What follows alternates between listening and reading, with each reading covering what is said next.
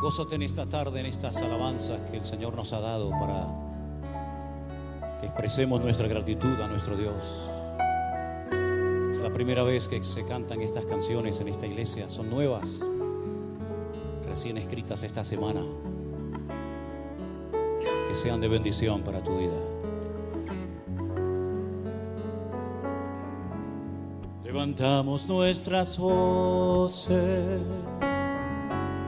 en genuina adoración. Nos gozamos hoy aquí, adorando a nuestro Dios. Bendeciré tu nombre eternamente y para siempre.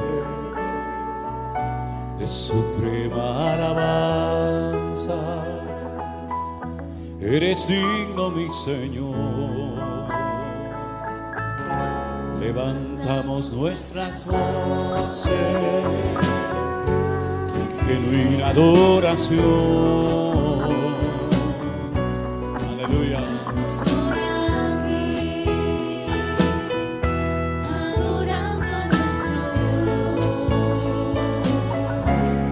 Bendeciré tu nombre eternamente y para siempre. Suprema alabanza,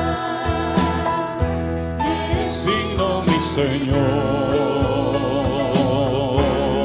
roca mía,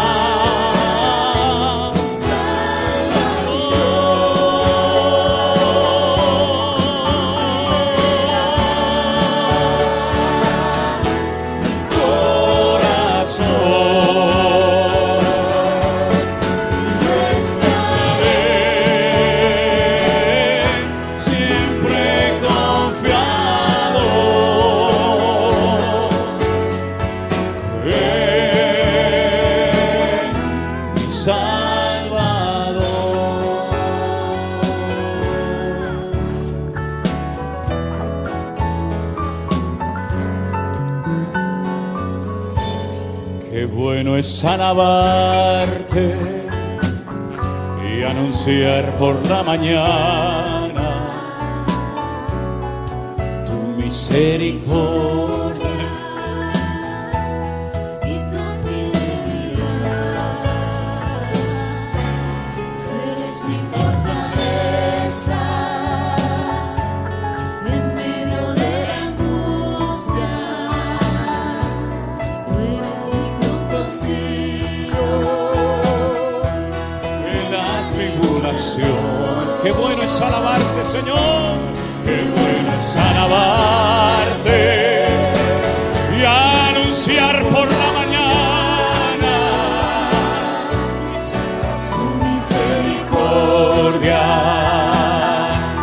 y tu fidelidad. Tú eres mi fortaleza en medio de la angustia. auxilio en la tribulación. Roca mía,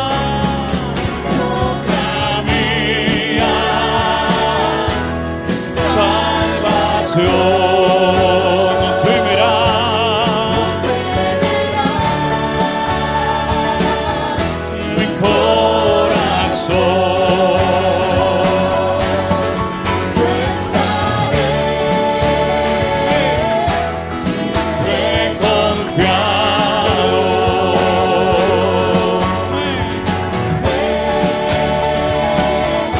mi Salvador, roca mía,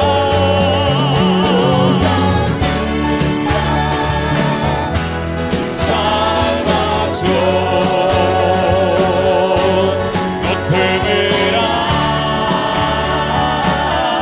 mi corazón.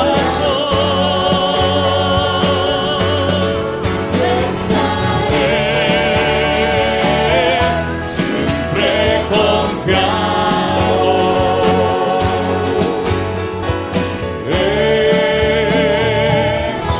mi Salvador.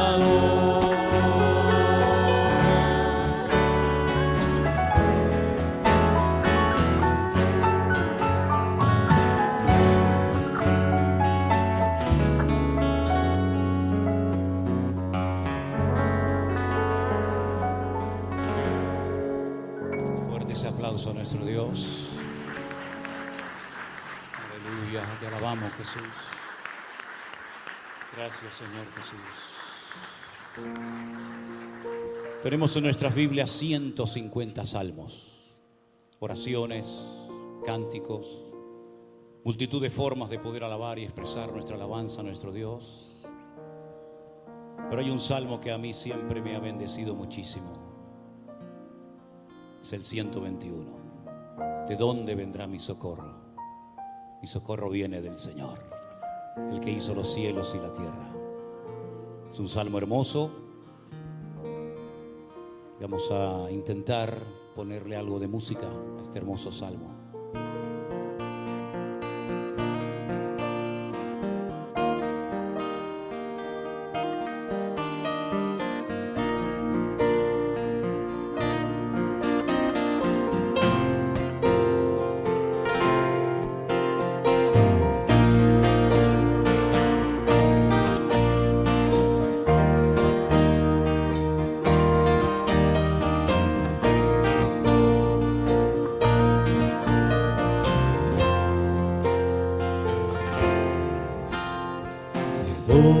¿De dónde vendrá mi socorro? Mi socorro viene de Dios, el que hizo los cielos y la tierra. Él te guardará de todo mal, no se dormirá el que guarda a Israel. El sol no te fatigará de día, ni la luna de noche. Se dormirá el que guarda a Israel.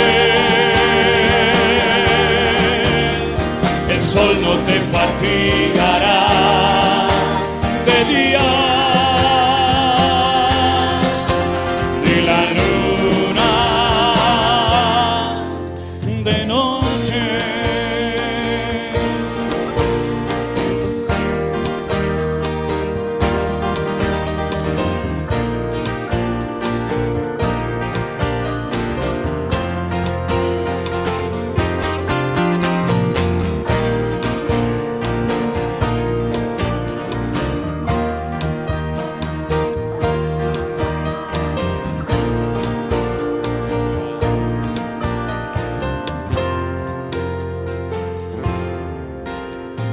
Él es tu guardador,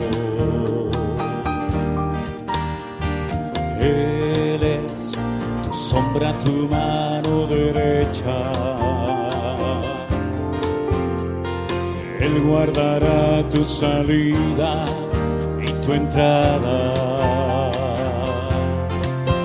desde ahora y para siempre. No se dormirá el que guarda a Israel.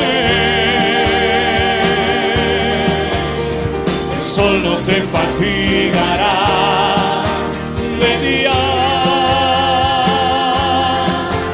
ni la luna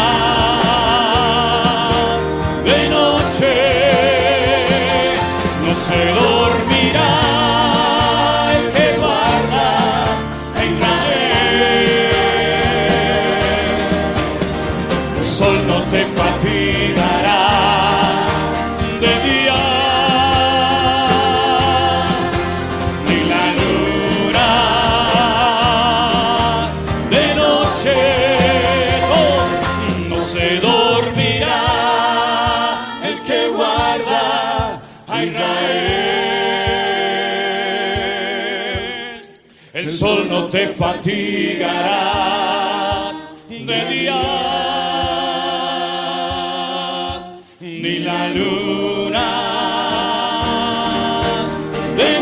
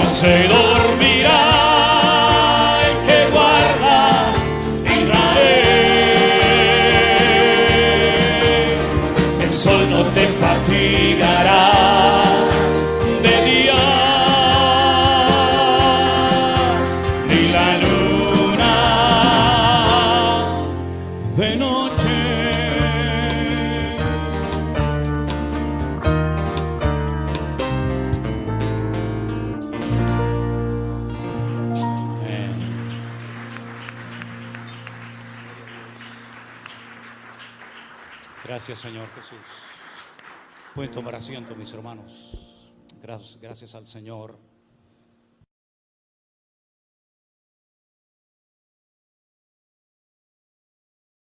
fin y al cabo, la Biblia, cantada al Señor, salmos, cánticos, himnos espirituales, ¿verdad? Alabando al Señor siempre en vuestros corazones. Pues eso es lo que hemos hecho en esta noche, cantar a la palabra de Dios, adorar a nuestro Dios. Y ahora, queridos hermanos, quiero darle la bienvenida a unos hermanos que han venido especialmente para el culto de esta noche, para darnos una información que yo creo que todos los cristianos tenemos que tener siempre presente. Nuestro hermano Alfonso, que viene acompañado, ahora nos dirá de quién, nos va a dar un informe. Ellos pertenecen al Ministerio de Puertas Abiertas. Entonces vamos a prestar mucha atención. Creo que el hermano va a poner también un vídeo, ¿verdad? Y él nos va a explicar de qué va este ministerio, aunque la mayoría ya sabemos de qué es, ¿verdad? Pero prestemos atención a todo lo interesantísimo y también tengamos esa carga de oración por este ministerio y por estos hermanos. Adelante, hermano Alfonso. Dios te bendiga. Bienvenido.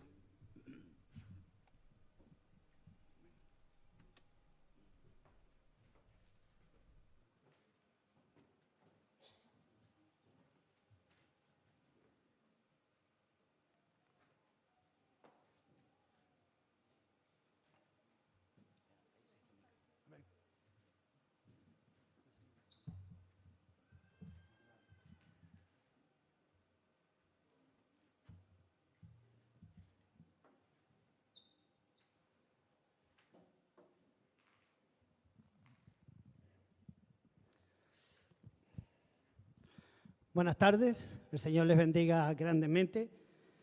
Es un honor poder estar aquí con esta familia linda y maravillosa que nos acoge con todo gozo y con toda alegría, y quiero darle infinitamente gracias por la oportunidad que nos dan de poder estar aquí en esta noche, y darle gracias también a vuestro pastor, don Manuel, que nos ha permitido pues poder exponer en esta noche lo que queremos exponer. Mi nombre es Alfonso, como ya lo dijo el pastor, y vengo acompañada de mi esposa Candy. Los dos formamos pertenecemos a este ministerio de Puertas Abiertas, un ministerio donde dentro de un rato vamos a ir viendo más o menos cómo funciona y cuál es el cometido. El cometido en sí es ayudar a esas iglesias sumergidas en esos países donde no se permite predicar la palabra de Dios. Qué privilegio el que nosotros podemos tener en esta tarde, que podemos alabar al Señor con toda la libertad. Podemos tener incluso las puertas abiertas. No necesitamos escondernos para poder alabar al Señor. Pero hay muchos hermanos y hermanas que en estos momentos tienen que estar escondidos y tienen que estar y están temiendo por sus vidas. Porque si son descubiertos, hay en países que les pueden quitar la vida. Es más, hay hermanos, hermanas, pastores de iglesias que han sido secuestrados, que han sido llevados a lugares desconocidos, que han sido torturados y que al poco tiempo se descubre de que le han quitado la vida, todo única y exclusivamente por predicar la palabra de Dios. Porque no es otra cosa la que hacen, sino única y exclusivamente predicar la palabra de Dios. Ese es el ministerio, eso es lo que realmente se hace. Pero hay países que tienen prohibido, hay países donde realmente son tajantes con sus leyes, con sus ideas, y no permiten que puedan entrar otras religiones o no permite que puedan entrar otra forma de predicar el evangelio como se predica en estos lugares, y menos predicar de Cristo. Para ellos es un tabú. Para ellos es una amenaza, para ellos es un peligro, para ellos es destrozar su país. Esa es la mentalidad que está surgiendo en estos países donde se predica la palabra del Señor. En esta noche vamos a proyectar un vídeo que viene de Afganistán. Va a estar subtitulado, está un poco distorsionado para que no se descubran las voces, porque se sabe que si se descubre, pues inmediatamente van a por ellos. Entonces vamos a tener que leer, esforzarnos un poquito para poder entender lo que en el vídeo nos queremos decir. El lema que nosotros tenemos, que está en Primera de Corintios 12:26, nos dice: de manera que si un miembro padece, todos los miembros se duelen con él. Y si un miembro recibe honra, todos los miembros con él se gozan. Esta tendría que ser nuestra meta, esta tendría que ser nuestra preocupación. Como familia que somos, familia internacional, porque donde quiera que vayamos, que se predique la palabra del Señor, nos pueden y nos acogen con amor, con gozo, y formamos parte de esa familia allí donde estamos. Hoy, esa familia que no puede tener la libertad de predicar la palabra, nos quiere hacer un llamado, quiere captar nuestra atención, quiere que verdaderamente nosotros formemos parte de un grupo que luego les voy a explicar. Es la verdad que preocupante la situación que está pasando en estos países donde verdaderamente están pues sufriendo. Fíjense que no nos piden que le ayudemos tal vez comprándoles ropa o llevándoles alimentos. Solamente nos pide una cosa que está al alcance de todos, que está al alcance de una familia: inclinarnos y orar por ellos. Realmente no es orar por ellos, es orar con ellos. Es clamar a Dios por la necesidad, es clamar a Dios para que ellos puedan tener esa libertad. Qué bonito cuando nace esa niña en una familia cristiana, una primera niña nacida cristiana. Qué bonito cuando pueden gozarse, pero ese gozo es nítido, es un gozo que prácticamente disfrutan por un momento, pero al mismo tiempo tienen el temor de poder ser descubiertos. Como nos dicen ahí, nosotros podemos y tenemos la libertad de en nuestras iglesias poder orar, de poder clamar por ellos, de poder tener esa libertad de clamar a Dios. Si nos ama, si amas a Jesús, como nos decía en el vídeo, ora por nosotros, clama a Dios por nosotros, pídele a Dios. Esta situación me trae a mí el recuerdo de esta historia que encontramos en Éxodo, cuando el pueblo de Israel se enfrentó a los amalecitas, cuando Moisés, Aarón y Hur suben a la montaña. ¿Y qué es lo que sucede cuando Moisés levanta las manos? Que está clamando al rey. El pueblo de Israel gana. Pero cuando las manos de Moisés se cansan y las tiene que bajar, es derrotado el pueblo de Israel.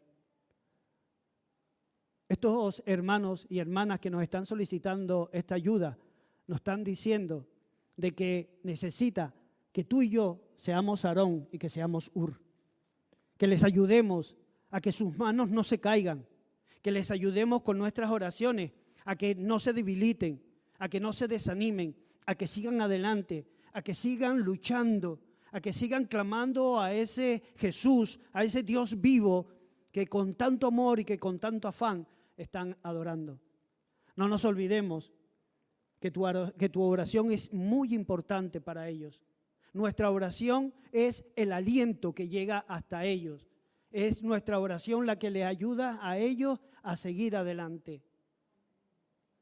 Es importante que seamos parte de este ministerio.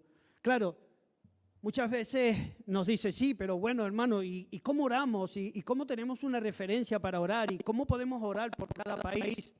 Bueno, nosotros tenemos lo que es esta revista, y en esta revista es donde nos dan un listado todos los meses de los países por los que hay que orar.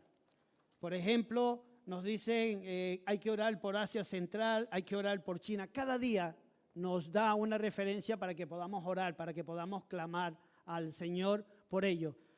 Lo que nosotros necesitamos es verdaderamente que seamos compañeros de oración, que formemos parte de ese compañerismo, de esa familia que oramos los unos por los otros, como la palabra de Dios nos dice, oráis los unos por los otros, para poder consolarnos, fortalecernos y para poder seguir adelante con el propósito que Dios tiene. Porque Dios tiene un propósito también para esos países.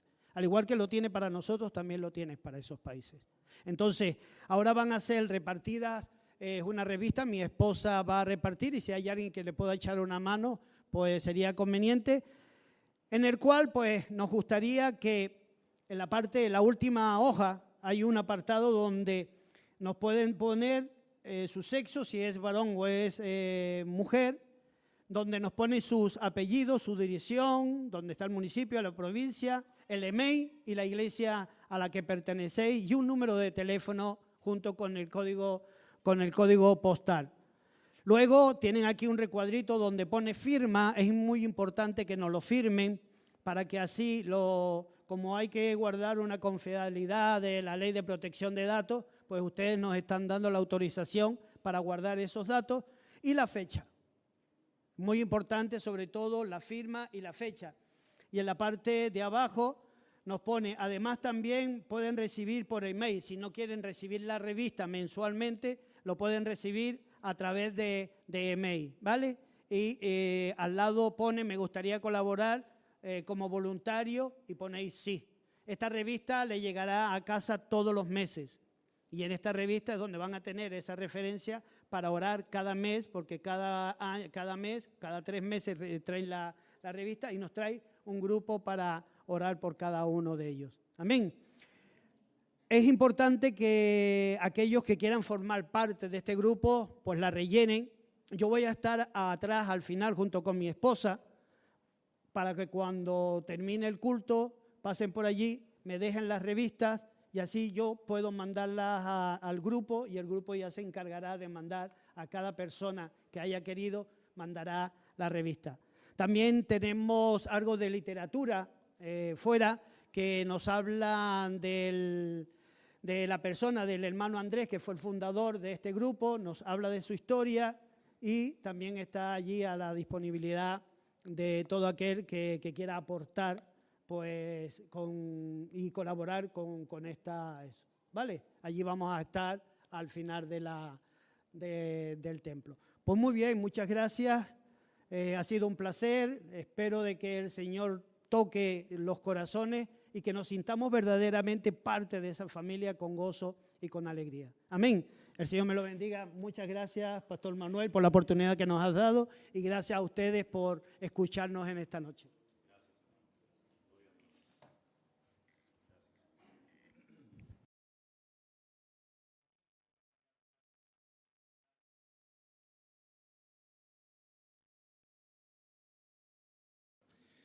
Gracias, hermano. Señor te bendiga y ha sido un placer escuchar este informe y bueno, después el hermano va a estar, como él dijo, en la entrada de la iglesia para el tema de las revistas o cualquier otra información que ustedes quieran recibir. Estos eran los ministerios, estas eran las cosas que a mí me volvían loco cuando yo era recién convertido.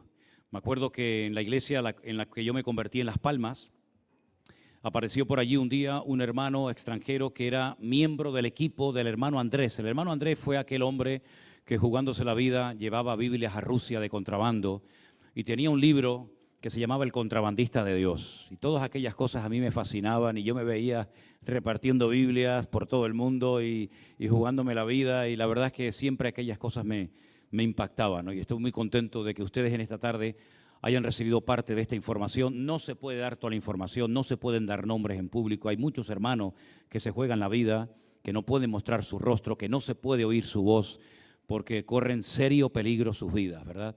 Pero eso no significa de que no podamos orar y apoyar con nuestras oraciones, ¿verdad?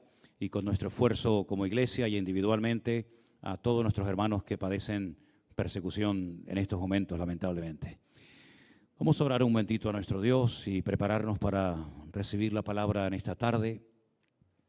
Sé que algunos de ustedes han hecho un gran esfuerzo para poder estar en esta tarde aquí, que han venido de lejos y después tendrán que volver a sus respectivos hogares. Pero yo quisiera que en esta tarde la palabra del Señor te hablara directamente a tu corazón y tú pudieras decir, mereció la pena los kilómetros que hice, mereció la pena el esfuerzo. No vinimos a ver al pastor, no vinimos a ver a los hermanos, aunque está bien vernos, ¿no? Venimos a adorar a Dios. Y es un privilegio esta tarde, Señor, lo entendemos así, estar aquí reunidos, porque hay tantos hermanos que quisieran reunirse en alguna iglesia y no pueden. Por eso en esta tarde nos sentimos deudores con todos estos hermanos nuestros que se juegan la vida cada día por el hecho de amarte, por leer tu palabra, por dar testimonio. Señor, en el nombre de Jesús, ayúdanos cada día a valorar el privilegio de poder ser cristianos con libertad y poder tener un lugar donde congregarnos, sea este o cualquier otro. Bendícenos y háblanos en esta tarde, Padre Santo, y también a todos los hermanos que están en sus hogares viendo este culto, también que tu bendición los alcance a ellos. Y oramos también por nuestro hermano Armando, por nuestro hermano Osvaldo, por Jeremías, que están en este momento en México. Señor, bendícelos, guárdalos y úsalos grandemente en el tiempo que estén allá. En el nombre de Jesús. Amén. Y amén. Queridos hermanos, me gustaría llevarles a la carta de Pablo a los Gálatas, concretamente el capítulo 1. Gálatas, capítulo 1. Mientras están buscando esa porción, déjenme decirles que el apóstol Pablo fue el fundador, el padre espiritual, el primer pastor que conoció esta iglesia. Y tiempo más tarde, cuando él decide dejarla en manos de otras personas, de otros obreros, y marcha a otras tierras a establecer el evangelio, le llegan unos informes lamentables acerca de la situación de la iglesia. Alguien ha dicho que, por ejemplo, la carta de Pablo a los filipenses es muy tierna. Él abre su corazón, pone sus emociones, sus sentimientos encima de la mesa, pero que en esta carta Pablo es áspero, es duro, es muy directo. Y es que está enojado por lo que el diablo está haciendo en esa congregación tan bonita en la cual él pasó un tiempo de su vida. Unos creyentes, unos supuestos creyentes de Judea, concretamente de la zona de Jerusalén, se introdujeron dentro de la iglesia y comenzaron a enseñar a la congregación cosas que Pablo nunca había enseñado y que no tenemos la obligación de enseñarle absolutamente a nadie. Vamos a leer esta porción y posicionarnos en la situación de la iglesia. Gálatas 1, verso 6. Estoy maravillado de que tan pronto os hayáis alejado del que os llamó por la gracia de Cristo para seguir un evangelio diferente. No que haya otro, sino que hay algunos que os perturban y quieren pervertir el evangelio de Cristo. Mas si aún nosotros o un ángel del cielo os anunciare otro evangelio diferente del que os hemos anunciado, sea anatema. Como antes hemos dicho, también ahora lo repito, si alguno os predica diferente evangelio del que habéis recibido, sea anatema. Si alguien se pregunta esta palabra tan fuerte que Pablo utiliza aquí, ¿qué significa? Maldición, maldito. Eso es lo que significa esa palabra. No es una palabra que aparece mucho en el Nuevo Testamento, pero Pablo la utilizó. Ahora, el objetivo de Pablo cuando escribe en el año 56 después de Cristo esta carta a la iglesia de Gálatas, de los Gálatas, es que ellos entiendan qué es el evangelio, qué compromisos adquirimos cuando aceptamos a Cristo y qué cosas nunca tenemos que practicar, aunque otros hermanos vengan y las quieran meter a la fuerza en la iglesia.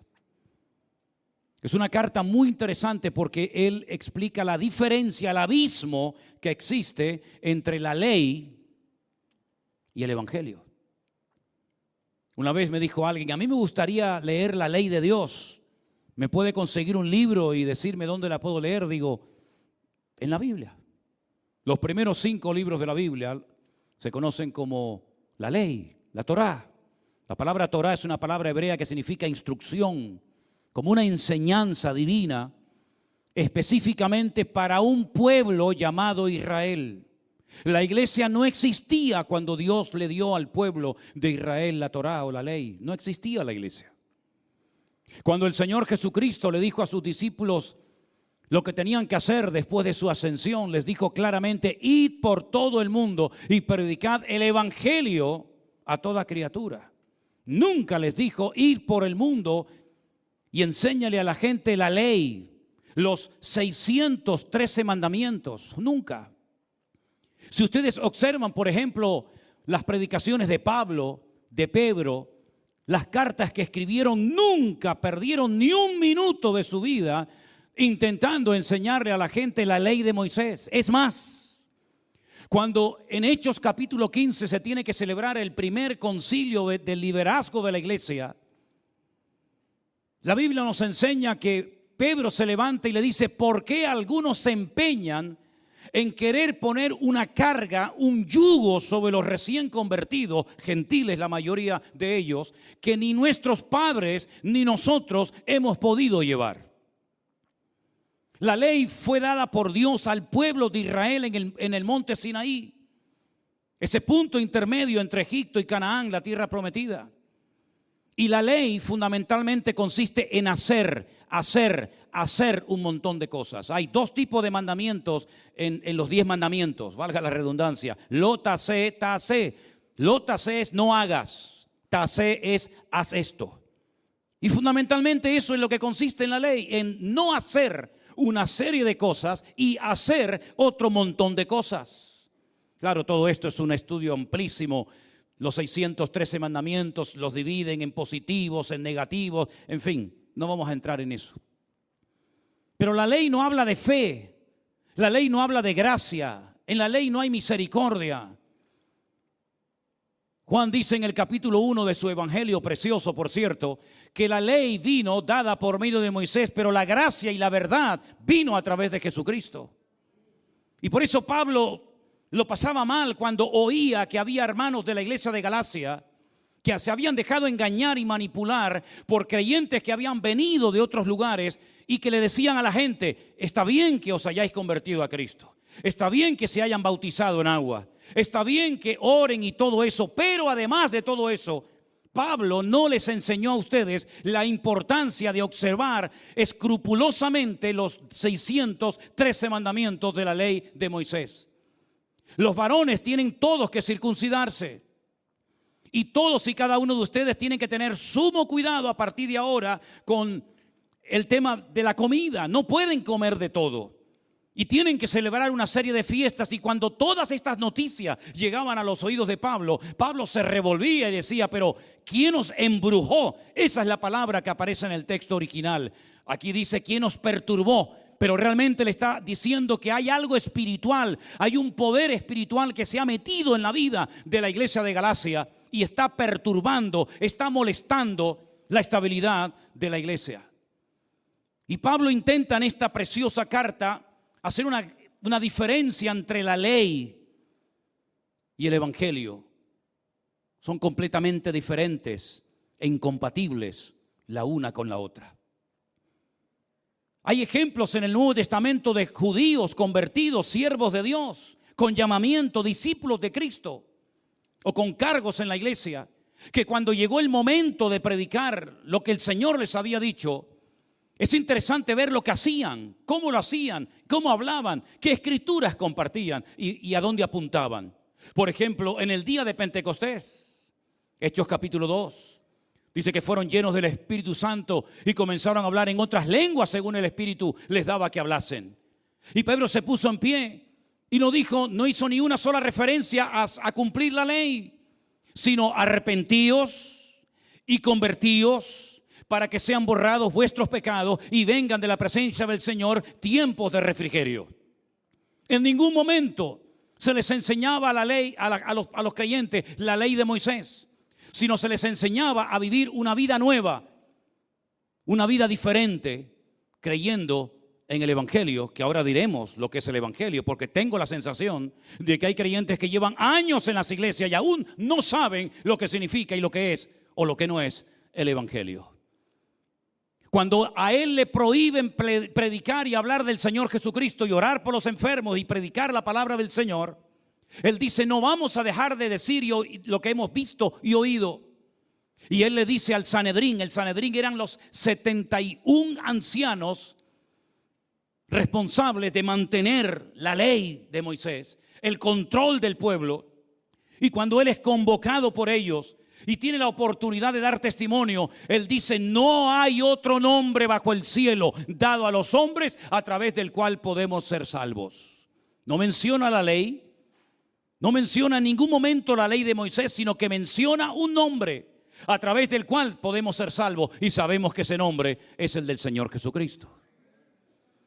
Cuando un diácono de la iglesia, en plena persecución de la iglesia, huye a Samaria, y allí en Samaria el Señor lo usa de una forma extraordinaria, pero al poco tiempo recibe un llamado para dejar todo eso y marcharse al desierto. La Biblia dice que se encontró montado en un carro, a un etíope eunuco funcionario de la reina de Candace de Etiopía, que venía sentado en su carro leyendo una porción, un pergamino del profeta Isaías capítulo 53. Lo leía, pero no entendía absolutamente nada. ¿Entiendes lo que lees?, le pregunta Felipe al etíope, y el etíope dice: ¿y cómo lo voy a entender si alguien no me lo explica? Viajaron seguramente durante días por el desierto, y dice que llegó un momento en el que llegaron a un oasis, a un lugar donde había agua abundante. Y el etíope le dice: ¿qué impide que yo sea bautizado? Y él le dice: si crees de todo corazón, bien puedes.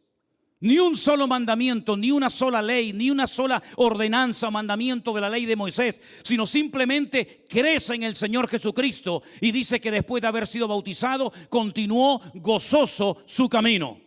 Era un momento para enseñarle la ley de Moisés. Era un momento para hacer un recorrido por los 613 mandamientos de la ley, pero no tocó ni uno de ellos, sino solamente le habló del evangelio y de la persona del Señor Jesucristo.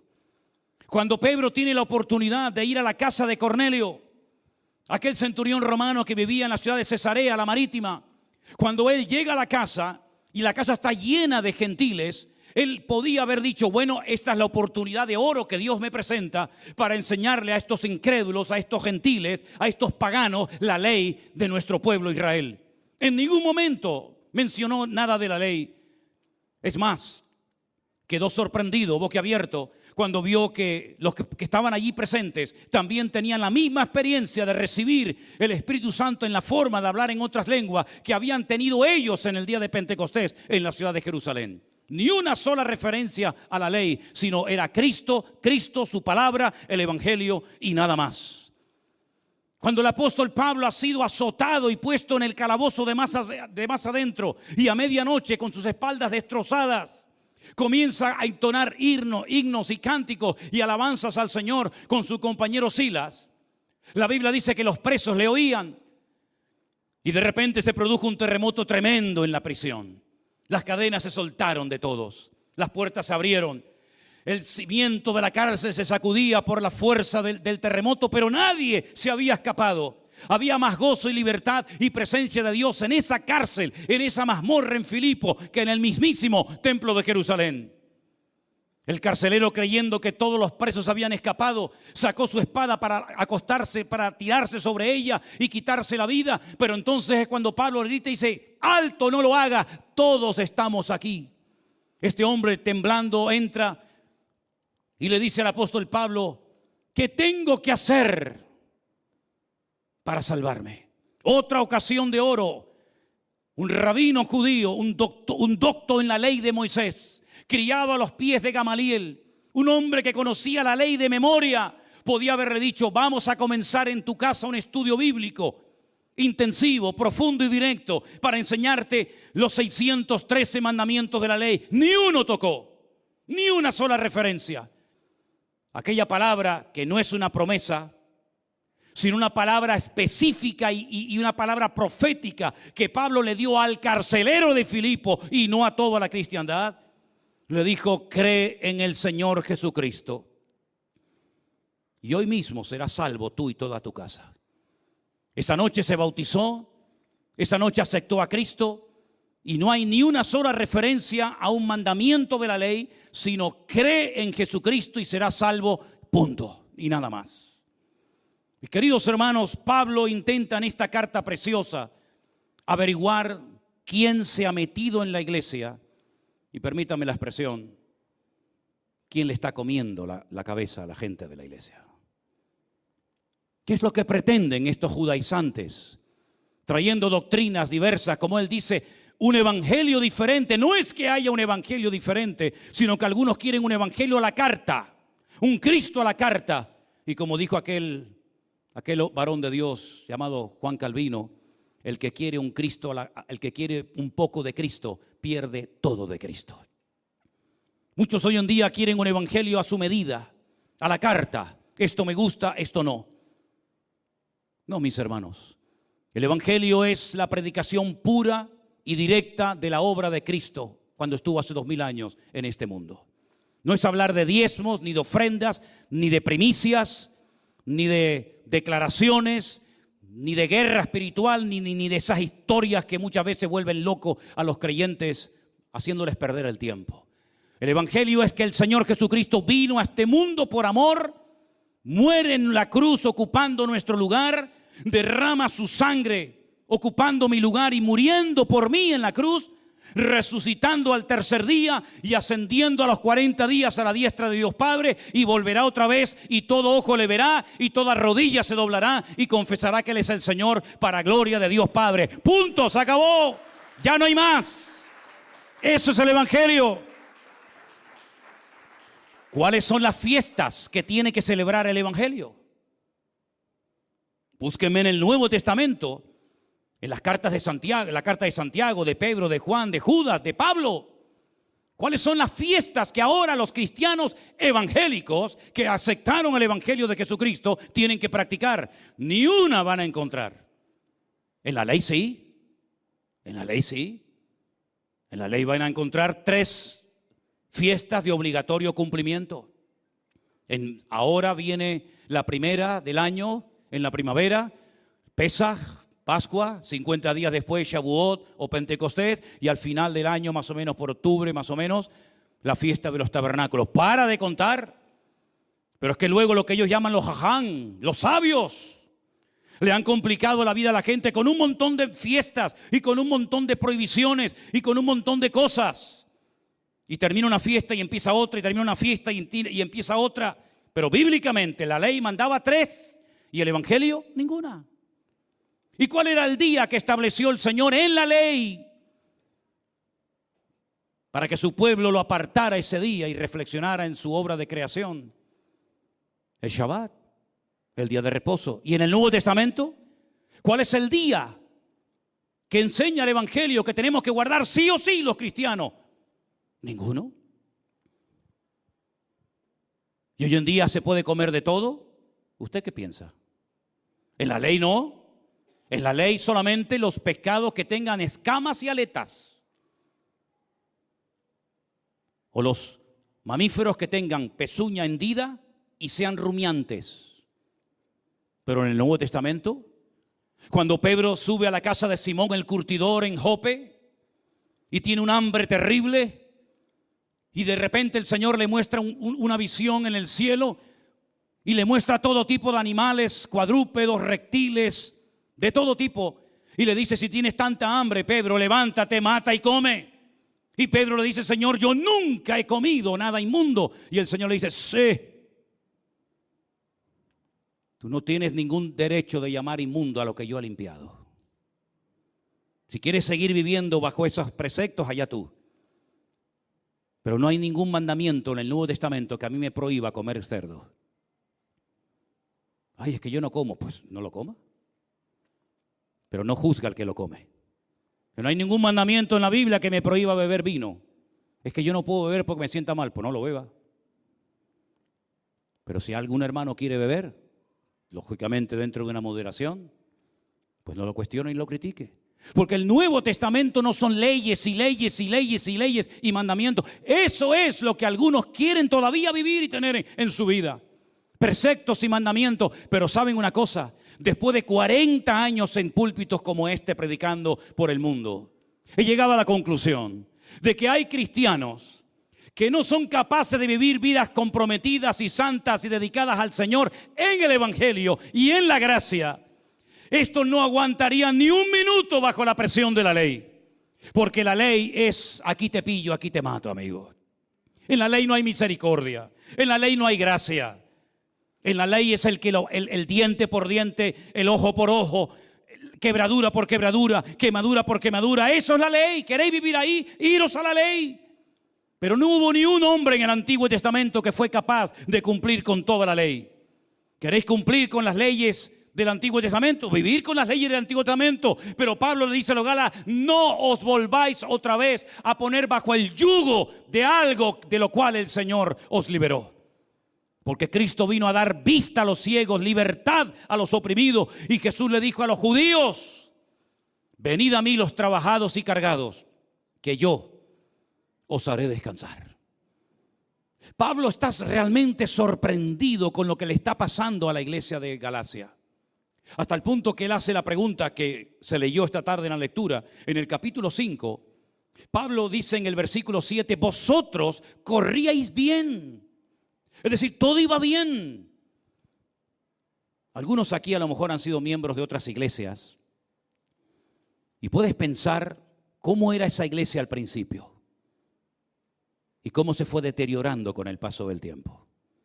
Era bonita, había una buena alabanza, había amor, había oración, los hermanos estaban juntos en armonía, pero comenzaron a pasar cosas raras hasta el punto que después no era ni la sombra de lo que había sido en un principio.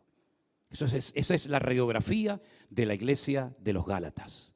Una iglesia preciosa, pastoreada nada más y nada menos que por el apóstol Pablo, pero que se fue deteriorando, se fueron metiendo en líos y al final Pablo dice: ¿quién es el que os estorbó para no obedecer a la verdad? Si quién es el que os está tratando de inculcar, de meter a la fuerza en vuestras mentes y en vuestras congregaciones cosas que están pervirtiendo y transformando el evangelio. Miren, el verbo que utiliza Pablo aquí en este versículo aparece en 2 versículos del Nuevo Testamento y los voy a leer. En Hechos 2:20 dice: el sol se convertirá en tinieblas, la luna en sangre, antes de que venga el día del Señor grande y manifiesto. Fíjate, el sol en tinieblas, la luna en sangre. No tiene nada que ver una cosa con otra. El sol es una cosa y la noche es otra. Y ese es el verbo que utiliza Pablo cuando le dice: yo os enseñé un evangelio verdadero y ustedes se quieren ir a un evangelio distorsionado y manipulado y tergiversado.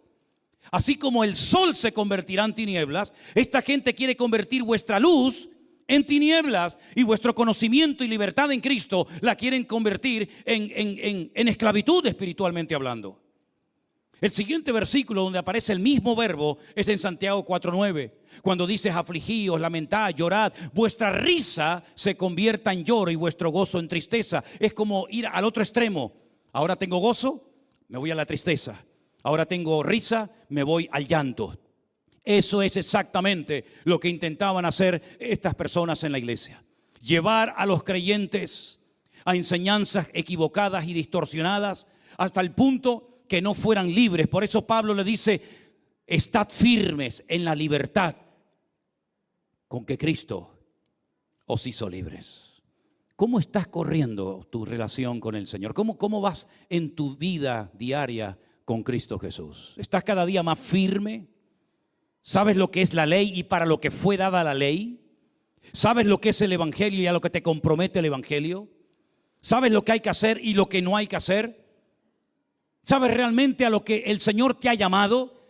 ¿Sabes cuál es el propósito de Dios para tu vida? ¿Sabes cuál es la voluntad de Dios para tu matrimonio? ¿Sabes cuál es la voluntad de Dios para tu trabajo, para tu economía, para tus hijos? ¿Lo sabes, sí o no? Lamentablemente tenemos que decir que muchos hermanos viven, pero no saben nunca cuál es su lugar en la vida.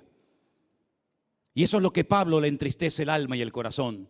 Porque él se esforzó en enseñar a la iglesia, no solamente a estos, sino a todos los cristianos de su época, a descubrir el propósito de Dios para sus vidas. Que no se dejaran molestar por nadie. Yo les digo a todos ustedes en esta noche, mis queridos hermanos, y a los que nos ven en casa: no se dejen manipular nunca por nadie. No se lo permitas a nadie. La obra de Cristo es tan bonita y tan maravillosa que no tienes por qué hipotecar tu libertad y tu alegría y tu gozo y tu paz para agradar a los hombres y para que te dejen en paz. Sé tú misma, tú no tienes que imitar a nadie. No tienes que orar como el pastor o como la mujer del pastor, cantar como fulano, orar como mengano. Dios te acepta a ti tal y como tú eres, querido. No tienes que imitar absolutamente a nadie. He ido a iglesias donde los jóvenes visten como el pastor. Y digo, serán estúpidos. Vista usted como quiera vestirse.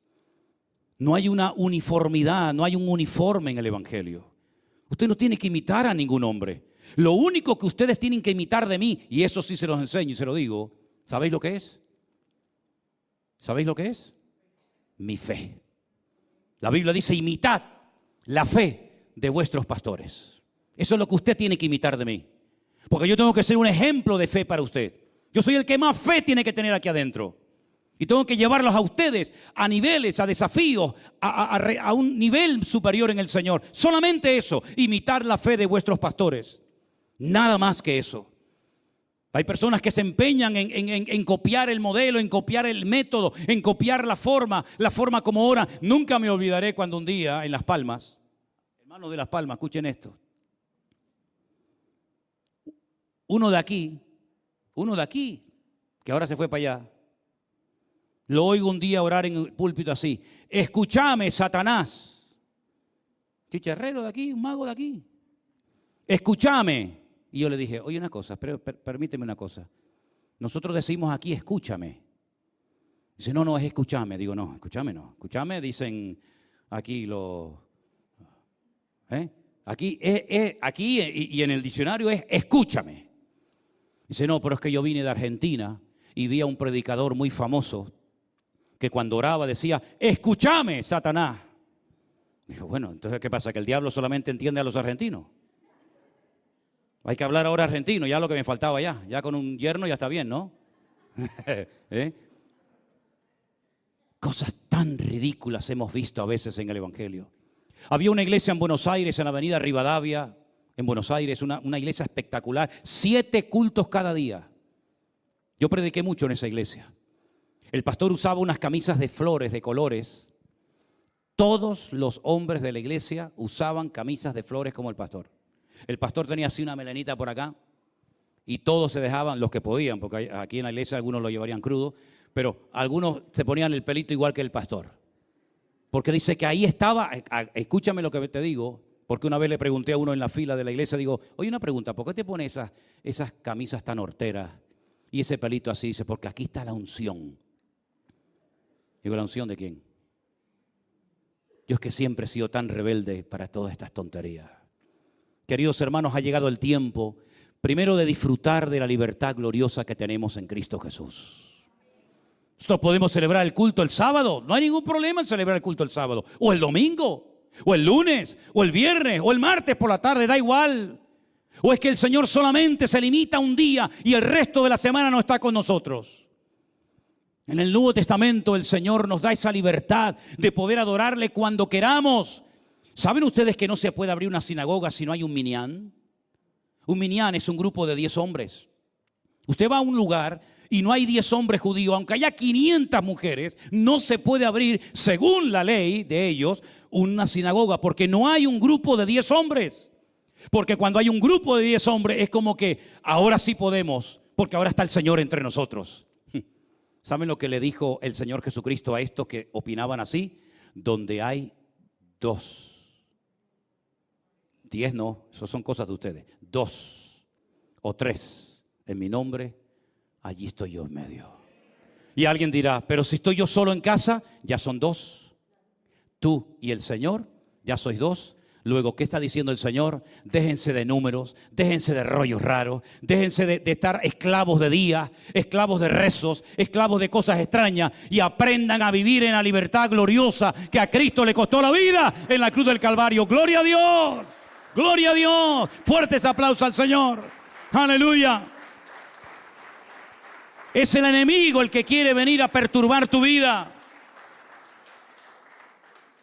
No hay un método, no hay un método. Me acuerdo en este confinamiento que tuvimos en marzo y abril del 2020, me llamó un día un pastor de Estados Unidos. Creo que ya lo he contado. Y me dijo que le dijera exactamente cómo yo hago los devocionales por la mañana. Les voy a contar una confidencia. Algo que nadie sabe. o se las cuento el domingo que viene. De aquí para arriba estoy vestidito. De aquí para abajo también. Pero estoy con cholas, con pantalón corto, descalzo. Pues como nadie me ve, de aquí para abajo, como si me estoy sentado, me pongo la camisa, la chaqueta o lo que sea, y de aquí para abajo tranquilo. Y este hermano me llama y me dice, ¿me puede decir cómo hace usted los devocionales? Y yo pensé, ¿le digo que predico en chola? Y le digo, ¿y por qué me llama usted de Estados Unidos? ¿No? Pues tenemos el concepto de que en Estados Unidos todo es 1000 veces, el Dios americano más grande que el canario, ¿no? Digo, ya. Me llama a mí, de una isla aquí perdida.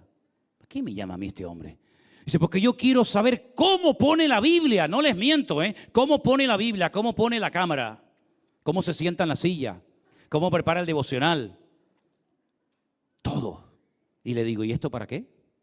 Dice, porque yo quiero hacer todo exactamente igual que como usted lo hace. Porque yo veo que el Señor usa esto. Y le digo, mire hermano, con todo mi respeto, un señor mayor que yo. Y le digo, mire hermana, esto no funciona así. Esto no es así. Haga lo que el Señor ponga en su corazón. No me imite a mí. Porque usted a quien tiene que mirar y a seguir y a mirarlo a Él es al Señor Jesucristo. Vamos a ver si rompemos ya en Canarias con esas costumbres que no sé quién las trajo, de que teníamos que ser de una manera, orar de una forma, comportarnos de una manera. Hermanos, Dios respeta la individualidad de todos y cada uno de nosotros. Y si usted quiere orar de rodillas porque se siente más cómodo orando de rodillas, póngase de rodillas, no hay problema. Usted se siente cómodo levantando las manos y orando así, no hay ningún problema. Usted se siente cómodo paseando de un lugar a otro, orando y clamando al Señor, hágalo. Nadie cuestione ni mire a nadie, porque el Señor nos da libertad y nos permite alabarle y adorarle cuando queramos y en la forma que queramos y en el lugar en el que estamos. Y eso es lo que Pablo le dice a los Gálatas, no se vuelvan otra vez a poner bajo el yugo de nadie, porque lo que quieren es controlar vuestra vida. Y a mí me da mucho dolor y mucha tristeza cuando veo a cristianos que han sido manipulados y engañados y no han aprendido de que nosotros los pastores estamos aquí para servirles a ustedes y no para servirme de ustedes y pegarme la gran vida a costa de las ovejas. Yo tengo que dar mi vida por usted. Yo no sé si usted la daría por mí, no lo sé, pero yo tengo la obligación de dar mi vida por usted. Gloria a Dios, gloria a Dios, es tremendo, ¿eh? Aquí se mueve el Espíritu de Dios, ¿eh? Qué tremendo. Mis queridos hermanos, ¿cómo están corriendo? ¿Cómo están caminando en la presencia del Señor? No vivamos con susto, con miedos. Vivamos tranquilos, hermanos. Cuando nos levantamos por la mañana, escuchemos a los pájaros cantar. Están alabando a Dios. Una vez le dije a una persona, digo, ¿usted sabe que cuando un pollo bebe agua, alaba a Dios?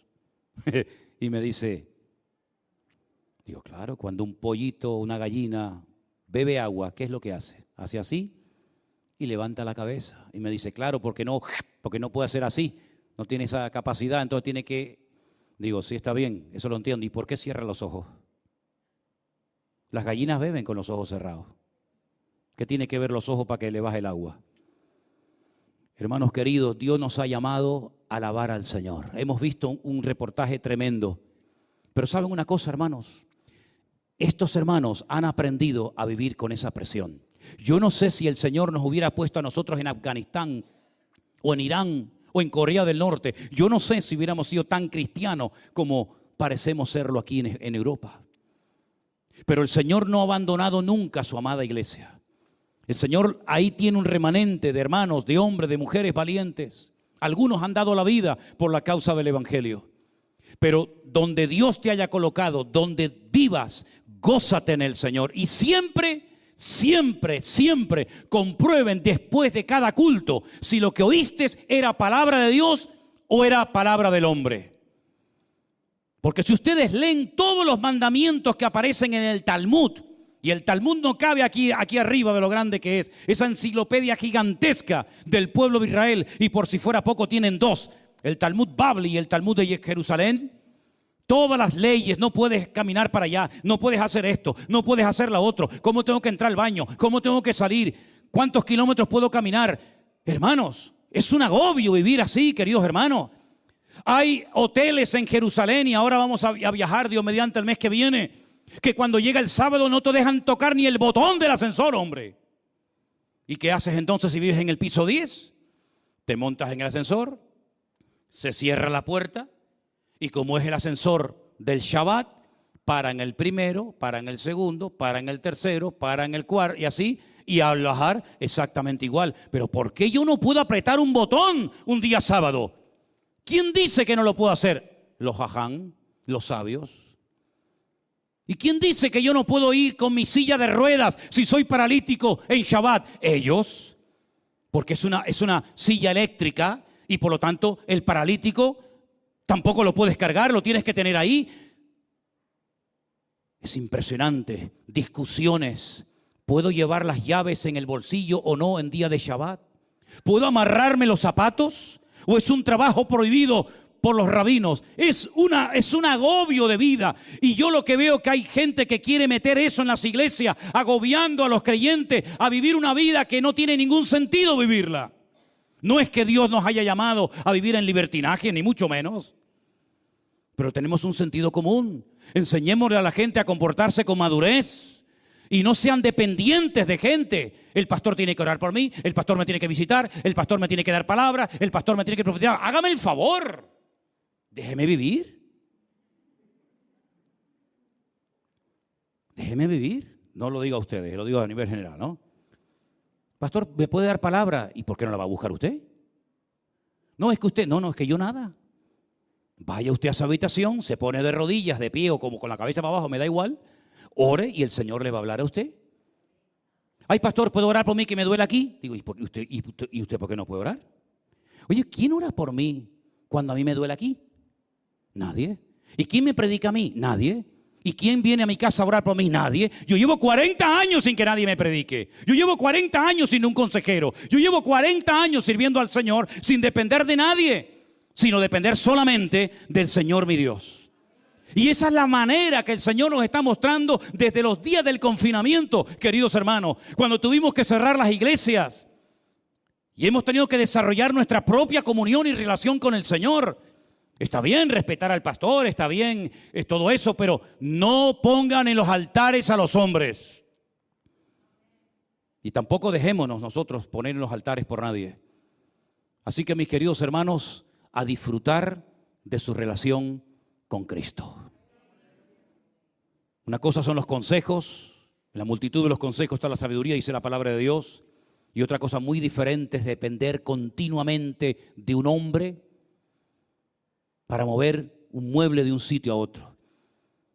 Vamos a crecer, vamos a madurar. La misma Biblia que yo tengo es exactamente igual que la Biblia que todos y cada uno de ustedes tienen. De hecho, muchas veces cuando salgo de viaje, una de las cosas que suelo hacer, ahora no se acostumbren aquí, es decir, tenga, le regalo la Biblia mía, se la regalo.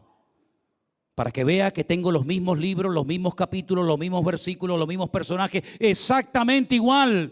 No es una Biblia más ungida, una Biblia con más información, es la misma. Y el Dios exactamente el mismo. Al Señor tu Dios adorarás y al solo servirás y honrarás. Cierra tus ojos en esta tarde ahí donde estás, mi querido hermano. No se pongan bajo el yugo de nadie. No le hagan caso a esta gente que viene, hermana, te invito a tomar un café. Y ahí empiezan, vamos a hablar del Shabbat y vamos a hablar de las fiestas judías y vamos a hablar de esto y de aquello. Cristianos que no han dado un palo al agua en toda su vida, que no han hecho absolutamente nada en toda su vida, que han estado saltando como mariposa de iglesia en iglesia. Y ahora quieren ir de maestros enseñándole a la gente un evangelio diferente que no tiene nada que ver con el evangelio de nuestro Señor Jesucristo en absoluto, mis queridos hermanos. En absoluto. Te damos muchas gracias, oh Dios, por tu palabra soberana, maravillosa, que trae libertad y alegría a nuestros corazones, Padre Santo.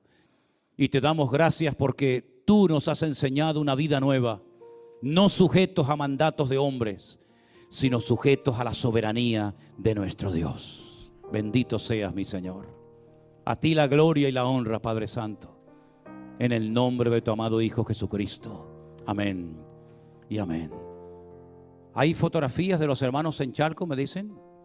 ¿Saben que, miren, eso es ahora? Estos hermanos ahora mismo están, bueno, claro, ese soy yo, ¿no? Sí. Sí.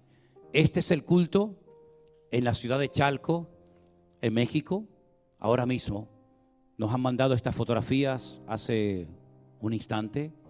Allí está nuestro hermano Armando, Osvaldo, nuestro hermano Jeremías, Emanuel, su esposa.